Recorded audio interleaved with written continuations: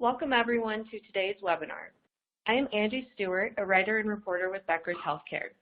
We will begin today's webinar with a presentation and we'll have time at the end of the hour for a question and answer session. You can submit any questions you have throughout the webinar by typing them into the Q&A box you see on your screen. We look forward to hearing your questions. Today's session is being recorded and will be available after the event. You can use the same link you used to log in to today's webinar to access the recording. At this time, I am pleased to turn the floor over to our presenter, Dr. Ann Zink, Emergency Medicine Director at Mat-Su Regional Medical Center and ACEP Board of Directors member and past president, to begin today's presentation. Hello, thank you all for attending. First of all, I want to thank Becker's. I really believe that healthcare change requires all the 5 Ps: physicians, patients, public, policymakers, and press, and thank them for taking their role seriously and working broadly to promote health and wellness and facilitating the time for this talk.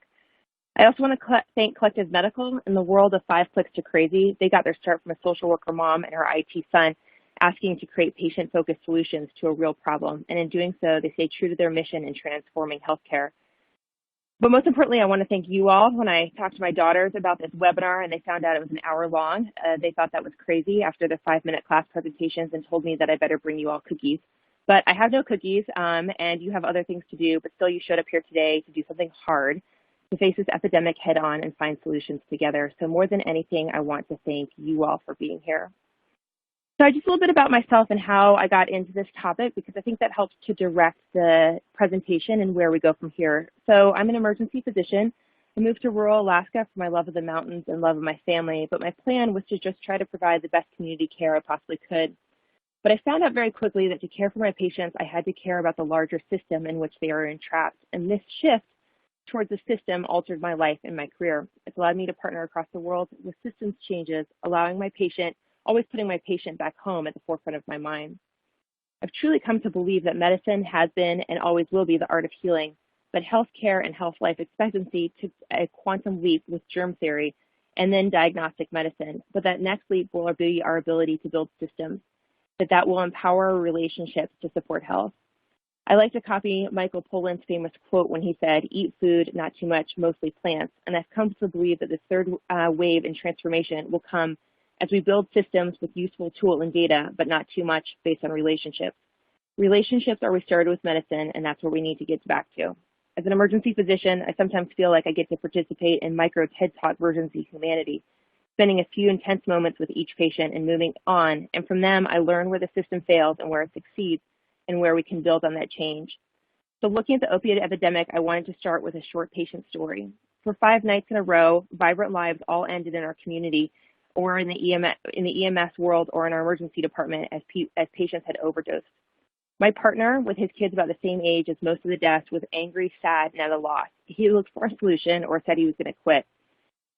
He ended up building relationships with people in the community and listening to people who had suffered with addiction. He was moved from someone who used to be one of the most critical professionals about the disease to one who was helping to find solutions in ways that were humbling. He opened his house, challenging legislators and colleagues on their actions. But one of the most transformational moments he had was when he brought an addict and the providers together. This time, the addict was our teacher and the doctors were the student. The patient was angry. He'd recently gotten clean and he was fighting to get his life back. He looked at each one of us in the room at our doctor's meeting and said, "You gave me opioids every time I asked." Looking each one of us in the eye directly, all of us recognized him, reflecting back on the decaying tooth, the sprained ankle, the broken finger, and the time that we wrote that script. He laughed and said, "If I would steal and cheat from my mother, why would I not steal and cheat from you? Each time you gave me that script, each time you taught me it was okay to use, and getting me out of your department and making your satisfaction scores look good was more important than my life. So I figured, you're smart, and in the look in your face, you showed me that you thought I was worthless, so I figured I might as well use again. I must be worthless. After all, you gave me another script." It was a humbling experience for him to look us all in the eye, knowing that in an attempt to help, we had been vectors for this disease and for this epidemic, and we knew we needed to do something to change this. So today I hope to give you something like the wedding phrase goes, something old, something new, something borrowed, but hopefully nothing too much blue. Time is short, and I wanted to highlight some of the key aspects of this talk that I hope you will take away from it. First of all, I don't believe that addiction is a moral failing. It's a disease. The opiate addiction has become a national epidemic, costing more lives each year than the Vietnam and Iraq wars combined, killing more people than motor vehicle accidents or breast cancer, and a larger epidemic than the AIDS epidemic at its peak. For the first time in history, aside from wars, life expectancy in America has dropped. The medical community is the vector by which that epidemic has spread. The disease of addiction spreads faster and stronger in communities with high ACE scores, and this is a disease that is treatable. It's treatable with science, with collaboration, and most importantly, with community. And so what I want to do today is I wanted to go through a little bit of a history of our fight for that in this community and talk to you about what we've learned and partner with you in the future to finding new solutions. I find that there's a lot of truth in words that have been spoken about opioids for many years, as the opioid addiction has long been a problem across the world. This one described in 1821, the abyss of the divine, what an upheaving from its lowest depths, the inner spirit. It was a secret of happiness, about which philosophers had disputed for many ages. So to go a little further, we need to understand a little bit about the biology, a little bit how pain is defined, and a little bit about opioids. This is no full comprehensive conversation about what opioids do and the biology of them as we're still discovering it. But I think it's important to understand that the international definition for pain is an unpleasant sensory and emotional experience, and those two are linked. Opioids block the signal from pain that comes after you have a trauma. So you stub your toe, you break your leg, you get a signal for pain, and an opioid blocks that signal going to the brain. At the same time, it releases a bunch of dopamine into the system, which is considered kind of the happy hormone, to put it very superficially. In one hit of heroin, you can deliver 10 times as much dopamine as a product as you naturally produce in a whole day. Over time, using opioids, the brain is fueled to believe that there's an artificially elevated dopamine levels are normal, and in response, they drastically reduce or completely halt the natural production of dopamine. And because dopamine levels are disrupted, this means that only the person who's addicted only can really truly experience any pleasure or positive feelings which are needed for survival when they are under the effects of opioids.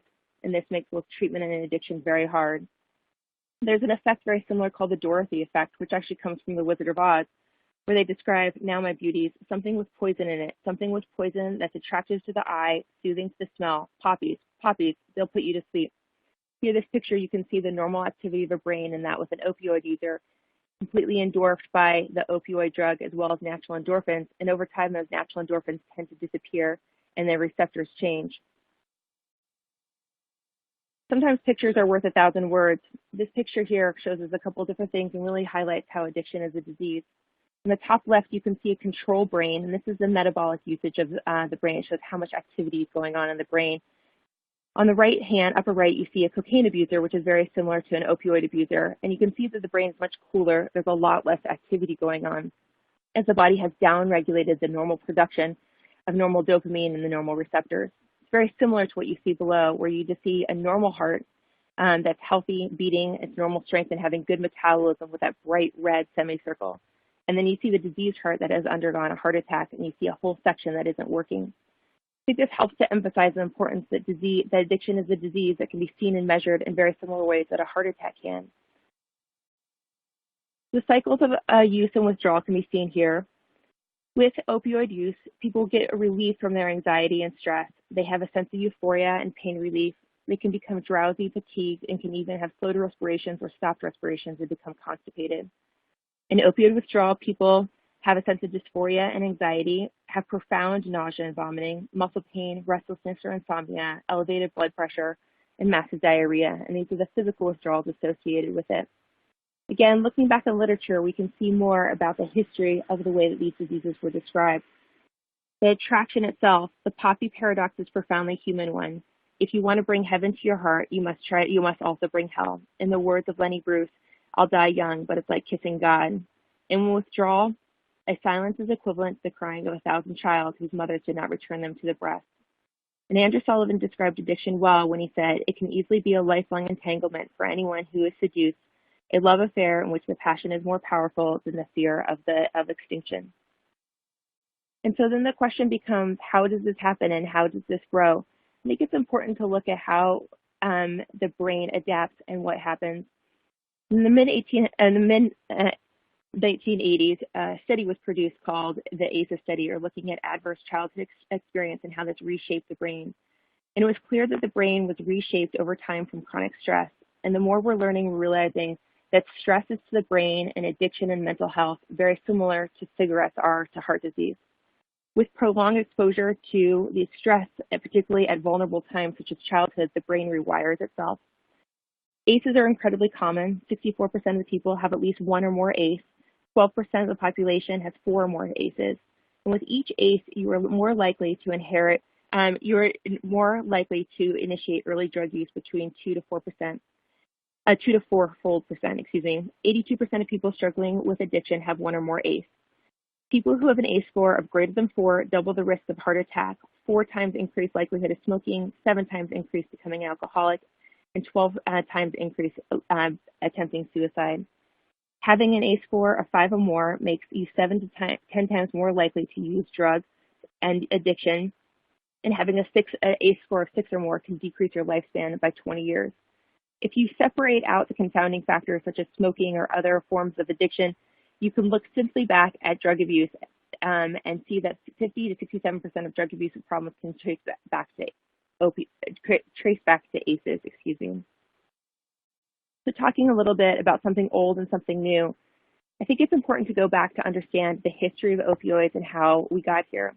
There are whole PhDs written on the history of opioids, and I'm no history major, but I think it's important to see how the two play together and how they don't. The opioid plant was first described back in 3400 BC as a joy plant, and you easily can see from there that the connection between the physical and the emotional were entangled. Since that time, the opioid plant has flourished throughout the world.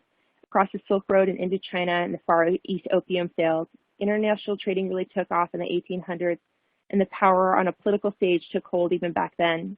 The British sold opium from Indochina, and this fueled the national opioid epidemic in China, leading to the opium wars of the 1800s and plunging China into what's considered the century of humiliation, due to widespread addiction and political unravel, leading to them losing almost every war they fought in, tremendous economic losses, and the end of centuries of dynasty and the rise of communism. At the same time, record numbers of U.S. citizens were becoming addicted as soldiers were exposed from the Civil War to opium, and opium was becoming more available throughout the country. Through this time, scientists were chasing the poppy plant and the Holy Grail, trying to find some sort of chemical that would alleviate pain but not cause addiction. In 1803, morphine was extracted from the poppy and was named morphine from Morpheus, or the god of dreams. And in 1847, heroin was created to try to help people who had been addicted to morphine, and was named after the German word Hirsch, meaning heroic, as this is how it made the subjects who used it feel. The modern history becomes even more complex, and there's, again, so much in here that helps us to understand where we came today. Oxycodone was first developed in Germany, again, to help become less addictive than morphine. In the early 1920s, America began its war on drugs, and one of those was the Anti-Heroin Act, which made heroin illegal to sell as it had been sold over the counter across the country. Methadone was developed in the 1930s by Germany to help people addicted to heroin and morphine. And in 1947, it first came to the U.S. after World War II to help thousands of soldiers who then were addicted to morphine.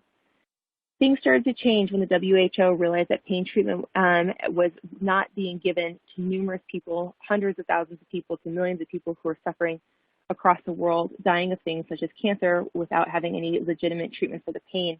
And at that point, they decided that they needed to establish that the treatment for pain was a human right. In the U.S., the pain scale was developed in the 1980s to help pediatric burn patients express what they were feeling. And these two were put together and pushed in combination with pharmaceuticals that were manufacturing OxyContin, and for the first time, direct marketing to physicians. In 2000, the pain scale and JCO were linked together, therefore tying a physician's ability to treat for pain with their pay. And this has only kind of become more entangled over time. And as a result, an epidemic was born. Doctors were measured on pain scores and had less times with patients. Insurance companies stopped paying for treatment and only paid for pills. Direct marketing by pharmaceutical companies pushed opioids to sell them as safe. There's increased stress in America, financial burdens, isolation, and other toxic stress. Patients increase their demand for a pill and increase their risk for addiction, and they increasingly lacked a tolerance for any sort of pain or sickness as the overall healthcare community grew. And there was increased exposure to both legal and illegal opioids. And as a result, we get to the point where there was, trying to help our patient with his tooth pain, that we were fueling an epidemic without knowing it. And that's how we got where we are today. Every single day, approximately 130 people die from an overdose. About 82% of people who use heroin today started by initially using a prescription drug for legitimate medical reasons. The U.S. has approximately 4.6 of the world's population, but uses 80% of the world's opioids. And from 1997 to 2015, drug distribution through pharmaceutical sales changed from 96 milligrams per person to 640 milligrams per person, over a 500% increase. And this is really only the tip of the iceberg. For every single one opioid death that we see, 10 patients are admitted for abuse, 32 patients will visit an emergency department for opioid misuse or abuse, when 130 people are abusing or dependent on these substances. And it's not just about data, and it's not about numbers, but it's also about money. According to the Center for Disease Control and Prevention, prescription opioid alone counts for $78.5 billion a year cost in healthcare, lost productivity, addiction, treatment, and the criminal justice system. And what we learned through looking back is what opiate dependence is and what is not. It is hard to treat, it's a disease, it's been around for a long time, it's better to prevent, it's treatable, it's survivable, and it's worth the time and effort, both in money and in patient lives. Opioid dependence is not a floral failing, it's not always predictable, and it's not the same in how it affects all users. And so by going through that kind of history, I wanted to take you back to where we were with that patient and try to figure out solutions. We really, looking back, felt like we figured out that there were 4 key components that we ended up doing. 4 components that I would give you as a tool to potentially look at your own community to fight the opioid epidemic. We felt like we needed a bargain, a badge, a book, and a bridge, and I'll go through each one of those, and really not just Band-Aids where we were shifting it. The first one's a bargain, and that's really an imperative for change, and that came with a combination of those 5 deaths that one summer and that conversation that we had with that one patient. We needed to recognize that there was a problem and that we as the providers could do something about this problem and find ways to do so. We needed to also look around and see what tools were there. This tool was not available to us at the time, but it's there now, and I link it here. There's a quality framework for emergency department opioid treatment disorders that was recently published as a framework for how to create change within a community, which I think is excellent and addresses most of the key points. But the biggest thing is we needed to set realistic goals. It was easy to get overwhelmed by and to try to figure out where we could start. We decided to first decrease the opioids in our emergency department and try to do so without decreasing patient satisfaction. Try to address the direct problem that we had seen with that patient. And over time, that problem and our intended solutions have morphed. Now we're working on increasing access to medical-assisted treatment, community resources, availability of naloxone for those struggling with addiction, as well as building a community. But to get there, not only did we need a problem, but we needed a better context for deciding on how we got here, and we needed a book or an education or some way to have a cultural change. For us, we really found that the media was incredibly helpful in this, and it's been helpful to have conversations with both legislators, press, other providers, and these media tools have been incredibly helpful. Media is helping bring the reality of the opioid epidemic to light, and these books and articles shed light on the understanding of addiction, paving the way for both empathy and for change. The book Dreamland has been out for a while, and that one initially started when another physician had a journal club, a book club that she held at her house to discuss how this book had kind of changed her practice.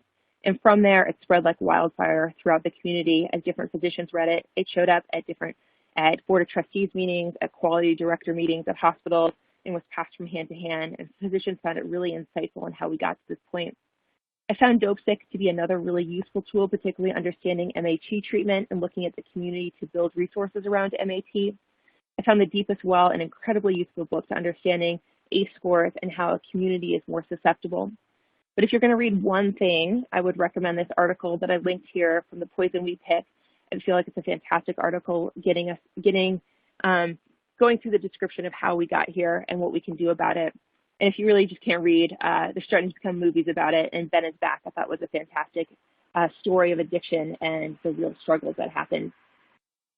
We looked back at our community, and MATSU, the hospitals I work at, and our community began holding group meetings, allowing providers across the medical neighborhood to come together, define goals and imperatives for change. We shared personal experience, patient encounters, and community resources to figure out what we could do. And that brings us back to those individual people and a badge. Sometimes we call them the sheriff. And it was a way to find positive deviance and change. I really love this idea of positive deviance. Positive deviance is like a flashlight. It helps us to discover what already exists.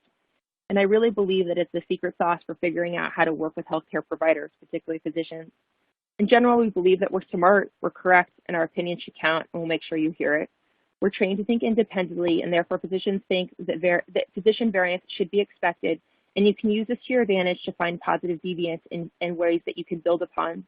We want to be the best, and we can use that competition to our success. We believe that science is good, but we are profoundly impacted by our experiences. We want to do what's best for our patient, and not being able to do so gives us huge moral cognitive dissonance. And as a result, we will go to extraordinary lengths and tremendous personal sacrifice to prove these 5 points to you. And I only bring this out not to pick on physicians or to highlight them, but so often I see metrics coming down saying our hospital system has decided these are the things that are best. And they ignore these inherent traits in people working in the healthcare profession. And as a result, the best laid policies are destroyed by a culture that doesn't support them. And by changing the culture, you can then create policies that last forever. So we use that positive deviance, as I mentioned, that secret sauce to try to figure out how we could change the opioid epidemic in our community. We asked prescribers, what would help you prescribe less opioids, and do you think this is a problem? At this point, we all felt like it was a problem. We were seeing it every day, and these are a few of the answers that we got. Not being tracked and held to specifically my performance for pain, but giving me tools to help to deal with the pain. Having my complaints about opioids not counted as the same as complaints in other ways. Having my option to treat my patients, having other options to treat my patient's pain, having multimodal approaches, trusting that my partners won't give opioids the next shift, knowing that other EDs are giving similar guidelines and using similar rules, making it easy to see what other scripts were out there and what patient patterns have without having to dig through a million charts or tons of different computer entry systems, having more time to talk to my patients about the risks and benefits of what's happening, having good data about abuse, having a handout I can give my patients on policy, and know how I perform compared to my peers, and let me be the person who can change. We found that incredibly useful. We shared physicians what their scores were. We worked on building all of those. And as a result, we worked on the fourth aspect of that, a bridge, care collaboration, and building tools for actually change. The first thing that we did, I think, was the biggest win because it got everyone in the same room. We got together as physicians across the state and we said, okay, other states have opioid guidelines. Some have been mandated by legislators. Some have been driven by providers. We did not have one mandated by the state at that time, and as a result, felt like we should drive it first so that it was really provider-driven. We wanted it to be simple. We wanted it to be evidence-based, but we also wanted our hospitals behind us. We didn't want it to feel like physicians and hospitals were not on the same page, and we want it to be flexible over time. You can see on this handout, it's too small to read, that is our opioid guideline. You can see that the hospital logos are on the bottom and can be linked to from this webinar. Then we built off that and asked the state to work with us for handouts. And so we created a handout for treating pain in the emergency department and across medical fields. Here in this handout from the state, it highlights some of the risks of opioids as well as different solutions, including the fact that a combination of ibuprofen and Tylenol is more effective at actually treating pain than oxycodone, which has been very helpful in having this discussion with patients. We then look to try to get more information to our providers. The PDMP, or prescription drug monitoring system, allows providers to see what other prescriptions a patient has received. We were able to automatically query and analyze the PDMP information, eliminating the ED provider need to identify someone that's high risk for abusing, launch an external source for every patient, and an additional login. There were no separate launch portals, and as a result, real-time push and real-time analytics could be configured and pushed to the provider at hand based on preset criteria. I like this picture because it helps to explain what I feel as an emergency medicine provider. In comes my patient, and I know initially nothing about them. I'm able to remove pieces of the puzzle as I do a history, a physical. I look at the nurse's note. I ask them what's going on or their family members, and I get to have a piece of it. I get to kind of what you see here in this picture. But I'm always missing a lot more. I don't know what other care plans have been made for that patient. I don't know about their behavioral health history sometimes, their previous ED encounters, what other radiology studies they have done, safety concerns, social circumstances, housing insecurities, rare diseases, other lab work, and the list goes on, trying to help understand what that patient is. But I don't have the time as an emergency provider to go through and open each one of those. And as a result, we looked to what other states were doing. Washington State was in a financial crisis and wanted to cut how much Medicaid spending they were doing, and as a result was only going to pay for 3 Medicaid visits to an emergency department a year. The Physicians and Hospital Association felt like there needed to be a better way, and they created what's the 7 best practices. These 7 best practices essentially created opioid guidelines, a way to review the data, trying to get patients to get into their primary care behavioral health providers within the first 72 hours. But the first thing that it really did was it used an IT system to connect the emergency departments so that they could see what was happening. And this is where a lot of the savings happened. So in that first year where they were hoping to save $30 million just by cutting Medicaid, Washington State saved $33.6 million. And just in that year, before care plans were developed, before additional support services happened, they saw a 24% decrease in opioids out of the emergency department. And as a result, in Alaska, we took on a very similar measure as part of the Medicaid redesign and tried to launch collective medical as one of many tools that would access different patient records and try to provide some easy understanding. It was a way for us to see relevant information about the patients, to see the providers, their clinical setting. It was simple, again, evidence-based, and pushed directly into our workflow without needing to pull additional information, and allowed us to be flexible over time. The next 2 slides just are examples of what we see and aren't meant to be read in this slide, but for you to look at later if you're interested. So here you can see care plans that could be pushed to an emergency provider in real time that may tell you the patient is already in MAT treatment or who their primary care provider is or other relevant information. And you can also see insights on their history. You can see if they've been violent in other emergency departments. You can see their PDMP information, and we use this tool to push PDMP information. And just the automatic entry data as if they've been to other emergency departments, if they've been hospitalized, inpatient or outpatient. You don't know what you can't see, and it's been fascinating to us in Alaska. We really think that we're on our own up there, and patients don't migrate and transfer, but there's not a shift that I have where I don't get a patient printout that involves someone who's recently come from Washington or Oregon State, and you realize that patients are moving much more than we ever expected or ever realized. And it allows us to, rather than making judgments about our patients, we have actual data and reference. It makes it a lot easier to have a conversation with the patient, starting with, let's see what you're facing, let's understand what the problem is and why you're bouncing between providers. It lets me sit with that patient and have time, and lets the computer system do the work collecting the relevant information that I need.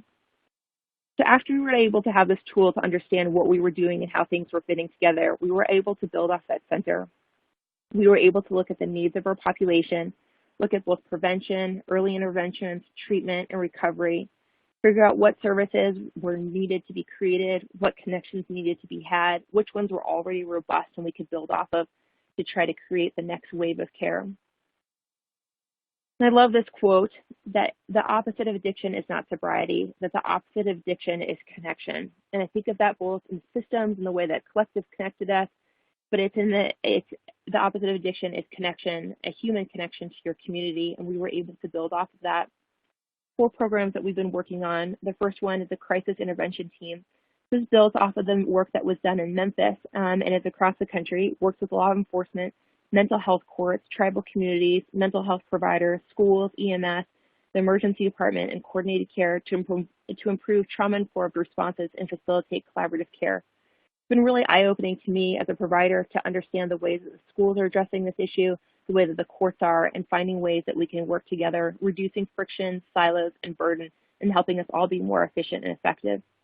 We started to use peer-to-peer services, so now if you're suffering from addiction and come into our emergency department 24 hours a day, 7 days a week, we can call a peer-to-peer support line who can meet that patient in the emergency department, provide that connection, that warm handoff, and be their guide as they try to get through this current withdrawal, this addiction, and try to get to a better tomorrow. A program was created in our community called HUMS, or High Utilizer MATSU. I think that these things are incredibly useful. It was intensive case coordination for those who visited the emergency department more than 5 times in the past year. There's no magic number to 5 times, but the emergency department is the catch-wind that catches all of the different failures of our society and of our public policy, both with health and with community.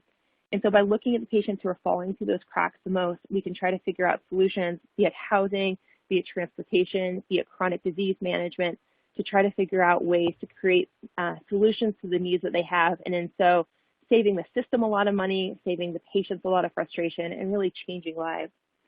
And we started to work with the hospital association on coordination, both on opioids but also on behavioral health, to understand patients' needs and address the increasingly overwhelming epidemic of having patients board in emergency departments and mental health, we're just seeing. What happened? How did all this data come together, and where are we at today? So the first thing, again, was just creating those opioid guidelines and see if us as a small group, as one hospital, could make a difference.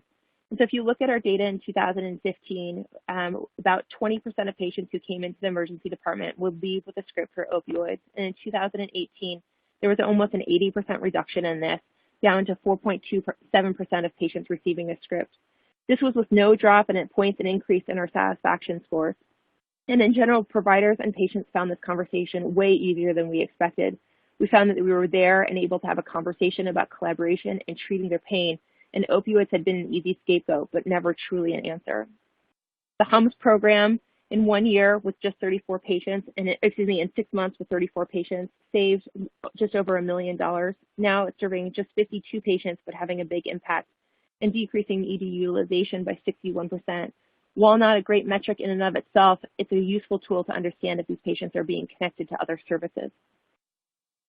In our relatively small populous state, although large geographically, we've built over 18,000 overdose rescue kits, 17,000 which have been distributed so far. So far, we know over 250 incidences of lives being saved by these kits. We've distributed over 47,000 drug disposal bags to try to get rid of excess opioids that have been written from other prescriptions, and removed over 2 million unused pills. We set up more than 300 residential treatment beds in Alaska to help Alaskans address substance abuse and use disorder, expand options for outpatient treatment with a team of almost 300 MAT prescribers who are being trained and who are approved to prescribe buprenorphine as part of MAT. This is a much broader project than just the one that I highlighted where it was one community, but it was kind of this groundswell that happened with providers saying we need to do something better, talking to their legislators talking to the governor talking to other community members, and creating this change, which is still continuing today. And through those state efforts, we saw a 26% decrease in drug overdoses from 2017 to 18, a 36% decrease in opioid overdoses overall, and a 67% decrease in fentanyl overdoses, as fentanyl had been increasingly the drug that we were seeing people die from. In 2015, we had over 30 people in our community who had died from opioid overdose, and in 2018, we had lost a single one. Unfortunately, however, relapse is a part of addiction, and we have just recently experienced a devastating death. And that brings us to the next steps. This process is not over. We need to continue to find ways for well-rounded approaches, and we need to continue to find ways for treatment. We need to increase naloxone access, both by increasing over-the-counter availability as well as insurance coverage, continuing to increase awareness and prevention of this epidemic, particularly to the most vulnerable, being students and parents, increasing MAT treatment by combining treatment and counseling. We're able to remove some of the barriers and trying to get patients to have better access. Try to promote harm reduction, establishing clean needle exchanges and safe injection sites to help to maintain clean sites and minimize risk of infection and secondary diseases outside of the diseases we see with the opioid addiction itself. And with that, I want to take a moment to just talk about MAT, or medical assisted treatment, as I think this is kind of the second wave that is going through our communities as providers. We understood that we needed to decrease the number of opioids and make sure that we were writing them with really judicial cause and with real concern. But MAT really has been resisted by many within the community for a long time. And I think some of the data helps us to understand why medical assisted treatment can be an important tool moving forward. Detox and absence alone has approximately 10% success rate. Methadone has approximately a 60% success rate. Buprenorphine or Suboxone has about a 50% success rate. Naloxone injections or Withdrawal, about a 10% success rate. And as I mentioned before, it's important to remember that relapse is an expected part of the addiction cycle. And naloxone can be an important part to help us to open the window for recovery. There's a great Facebook group called Addiction Diary where stories are shared where Narcan saved people's lives who are now sober and in recovery. And we need to understand how ACEs are affecting our community and figure out how we can build better community resilience as well as minimize these trauma. So SAMHSA, the Substance Abuse and Mental Health Service Administration, lists out these key things for best practices for helping support those struggling with substance abuse disorder. Realizing that trauma is widespread and has an impact on all individuals and family, have an understanding of the path to recovery and able to recognize the signs and symptoms of trauma in clients. They promote integrated trauma knowledge into policies, programs, and practices, and to seek re-traumatization. But I think that we can go even further by building resilience, by building positive, healthy barriers, supporting systems and treatment, including therapy. Proper diet, exercise, mindfulness, and strong communities have also been scientifically proven to build resilience from ACEs. So growing a new future, I think that we all have a role. Everyone can learn how this affects their community. There's a ton of great information out there. We can help dispel the myth that addiction is a moral failing and help address the fact that addiction is a disease. As providers, we can limit our opioid prescriptions when possible. We can find more meaningful ways for pain control, particularly with the more time-consuming but more effective multimodal approaches. We can increase access to medication-assisted treatment, disposal, and reversal. And for hospitals and health policy makers, we need to support positive deviance and harm reduction methods. We need to support systems that reduce barriers for providers and improve care collaboration, as well as address the underlying causes of these diseases, including addressing ACEs and building resiliency. But I think that these tools and the way that we understand how we work together as a community is much more than the opioid epidemic. The tools we learn by addressing the opioid epidemic can serve as a backbone to address the many diseases of despair, building out our communities and promoting well-being in our country. Here are those two tools that I mentioned earlier that have recently come out, both in 2019, one in March and one in June, looking at the emergency department and communities as a whole and tools to address opioid epidemics. And I believe that these offer a fantastic framework for just kind of clicking through what has your community done and what needs to happen next. I think this quote really summarizes things very well for me. To see the epidemic as simply a pharmaceutical or chemical addictive problem is to miss something. The deeper despair that currently makes so many of us want to fly away. Opioids are just one way Americans are trying to cope with the inhumane world where everything is flat, where communication is virtual, and where the core elements of human happiness, faith, family, community, seem to elude so many. Until we resolve these despairs, social, cultural, physiological problems, until we discover a new meaning or reimagine our old religion or reinvent our way of life, the poppy will flourish.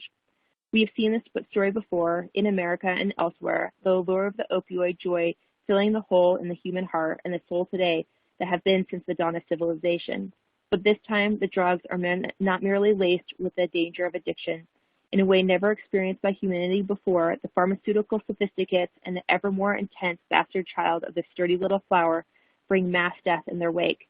This time, they are agents of an eternal enveloping darkness. There's a long, long path ahead and many more lives and bodies to be counted before we see any light. But I think it's important to end with these phases. And this quote from a friend of mine, Dr. Gina Perez-Barone, who's doing some amazing work in addiction medicine. The seeds of sobriety are already inside of you.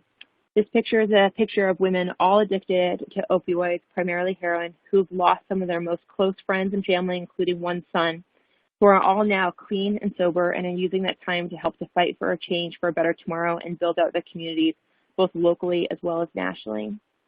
And so with that, I wanted to pause, let you know that at the end of the slide deck are a whole bunch of resources if they're helpful at all, and open it up to questions. Thank you, Dr. Zink, for that fantastic presentation. We will now begin today's question and answer session. Please submit any questions you have by typing them into the Q&A box you see on your dashboard. We will try to get through as many questions as we have time for. We have a lot of questions here, and the first one that's come in is, do the anatomical and chemical changes ever return to normal after cessation? That's a fantastic question. And the evidence is that yes, that with prolonged reduction of outside opioids, that yes, the anatomical and chemical changes do go away. What are harder are some of the behavioral changes and the rewiring. And the longer the exposure, as well as the more ACEs, probably the longer that it takes. And there's no good number that we can say it's going to take you 1 week. The anatomical changes is going to take you 3 months for these additional chemical changes, and it's going to take 4 years for your brain to recover. Every person's different along that, but there is good biological evidence that the brain can recover.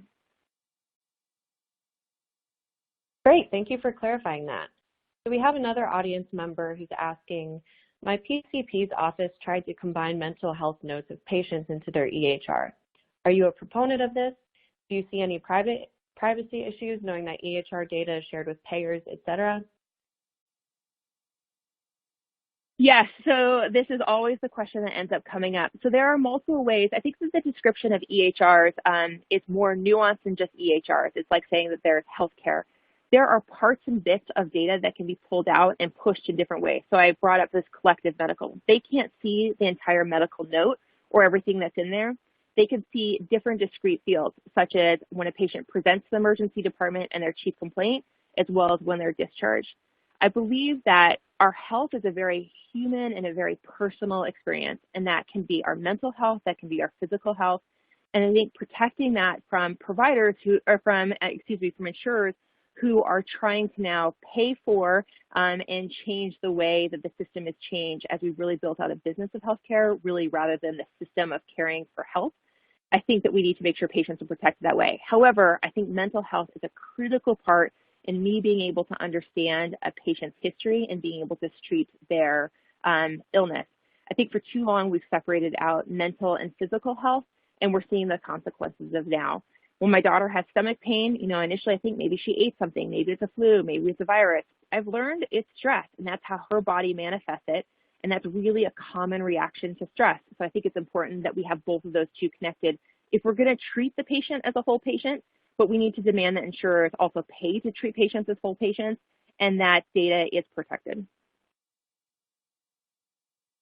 Awesome. Thank you for that great insight. So the next question that we have is, what methods have you found to be most effective in gaining support for these initiatives, whether that's from the community, government leadership, or even your own organization? Yeah, that's a hard one too. I think that's a fantastic question. It depends on what opens up first, right? I think you go where it's easy to go. You see where there is already momentum. So in our community, we just had this whole series of deaths and a couple really strong advocates who created a really fantastic opioid task force. So in our community, it was really easy to build out the community resources. We also have a really fantastic health foundation that we were able to partner with. But in other communities in Alaska, that wasn't necessarily the case, and they had other resources that were much more useful. So they had better mental health services, they had better integration of their EMR with the community providers, and so that's where they built out. So I think that looking through those outlines that I mentioned before, seeing what you have and what you don't have, and figuring out where you already have commonality, where you can already gain that momentum, is the way that you start. And I think with your providers and with other partners, I think it's about creating that cultural change, understanding that this isn't an us and them problem. This is an all of us problem. And again, I found that some of those books were a really great way to have that conversation, just to say, hey, I think this really affects what we're doing every day. Can you take a look at this book, read this, and let me know what you think? And then battling it out. We've had a lot of discussions over time. Thank you for that great insight. We have another audience member who is wondering, is your ED department using PDMP reports to assess patients wanting controlled medication in the ED? Yeah, so we are. So it's a game changer to be able to see that from a whole perspective. We had been using PDMP for a while. Our state had it, and there was a battle over privacy for that as well. But it was a separate login system, so we had to log in. So you had to kind of, guess, do I think this patient is using opioids in a way that isn't helpful to their health? Is this patient maybe getting opioids from other sources? Sometimes they would tell you, but oftentimes they wouldn't. Some of us made a habit of every single patient checking, but that was really time consuming and really took away from the flow in our department. And so a lot of providers were really against checking the PDMP for that reason. I think that when you make the right choice, the easy choice within a system, you can really change larger systems. You can scale much more quickly. So when we made it that a patient who comes into the emergency department, if their PDMP had a certain number of scripts from multiple providers, high number of prescriptions, certain number of set benchmarks that we had set ahead of time, that information automatically got pushed into the EMR or was faxed to our department, suddenly the uptake from providers was much greater. They were able to look at the data, and they were surprised at that their clinical judgment was not always correct, that there was a lot more to that story than they realized. And again, they were able to treat the patients not just based on their clinical judgment and assumptions, but that in combination with the data that was out there on the patient. So that's how we're using it in our emergency department. That's really interesting. Thank you. We have another audience member who is asking, What are some strategies or ideas to help get leadership back up, especially with funding? What are some data metrics that can be collected and documented to help with this? Yeah, funding is a challenging one, and I think that's why we started with the opioid guidelines. It's because we didn't need any funding. We were like, well, we can Xerox copy some of these and put them out as providers. So we started with kind of the lowest hanging fruit and then moved from there. I think just knowing where you stand compared to other people in the country can be helpful, knowing what your opioid epidemic looks like in that community, and then looking to try to figure out where you need to build alliances. As mentioned, our partnership with a not-for-profit community resource in our community as the Health Foundation really made a huge difference for some of the funding in our community. That resource isn't available in other communities in Alaska, so they've had to look for other sources. So again, I would look at those two articles that I linked earlier for data metrics that can be used to say, this is where we're at, this is where we need to be. And then I would look individually in your community to say what's out there and how can we leverage the work that's already being done. I think that was one of the other interesting things there. There's already a lot of work being done on this from, maybe it's a schools, maybe it's a drug court, maybe it's a mental health court, maybe it's the troopers. And if you work more efficiently together, you can save money or maybe you can utilize resources. There actually has been a lot more federal funding along this line too. So reaching out to your state to understand how that federal funding is coming through and what ways you as providers or as patients can help to make sure those dollars are having the maximum benefit. That's really helpful. Thank you. We have a lot of questions coming in. Another great one I'd like to ask is, in your experience and collaboration, what would you recommend nurses do to support opioid reduction efforts? Nurses, I often describe myself as Tyrannosaurus Rex in the emergency department. I have a really big mouth, but small eyes and small hands. And the nurses are the hands and the eyes of the emergency department. You are the ones who are seeing that patient in a way that no provider can.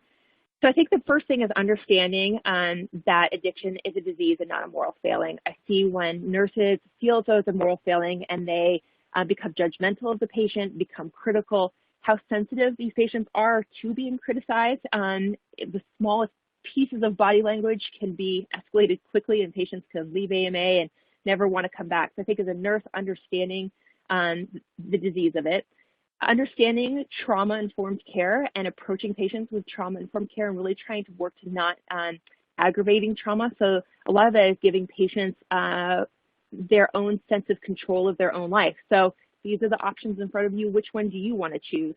Even like which room do you want to go to because they've lived in a society or in a world where they've had no choices or they feel completely susceptible to their addiction. So I think there's a lot in the ACEs study and in trauma-informed care that can empower nurses to have these just really meaningful, powerful interactions with patients.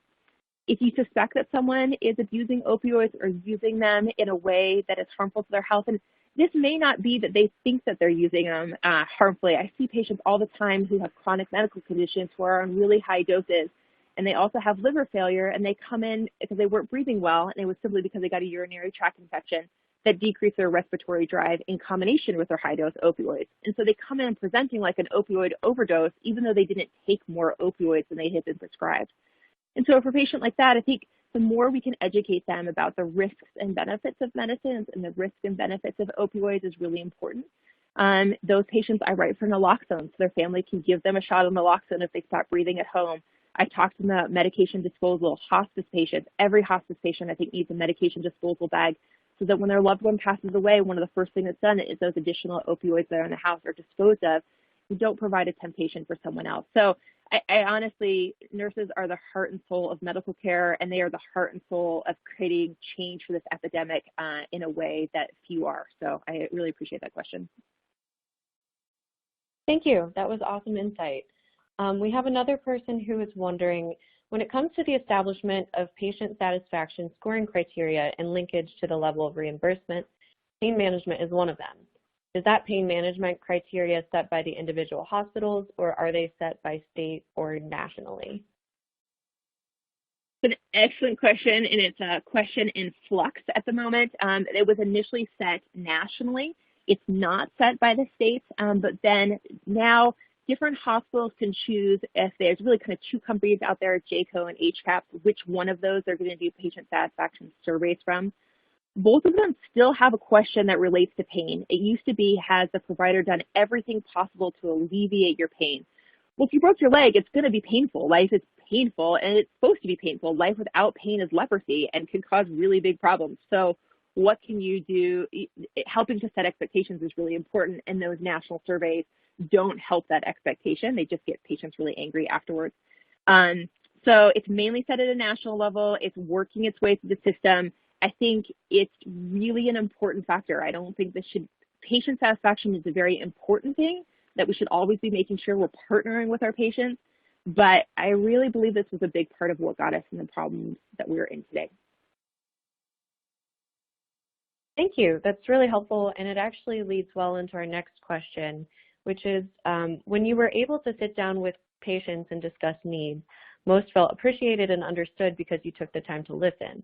Have there been incidents where failure to prescribe patients opioids has caused a patient to become angry or defensive, and how have you handled these situations? Absolutely. I mean, so anything related to opioids has a lot of emotion attached to it, almost regardless. People have read about it in the news, and they have seen friends, and they may be addicted.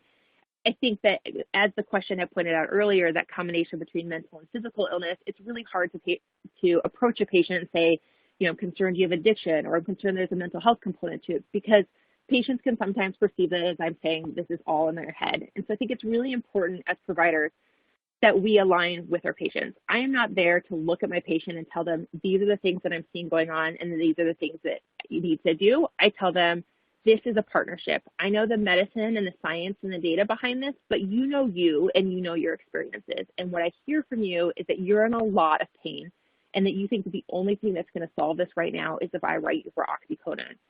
And it would really be the easiest thing for me to do. You would leave, you would be happy, and you're right, it would treat your pain.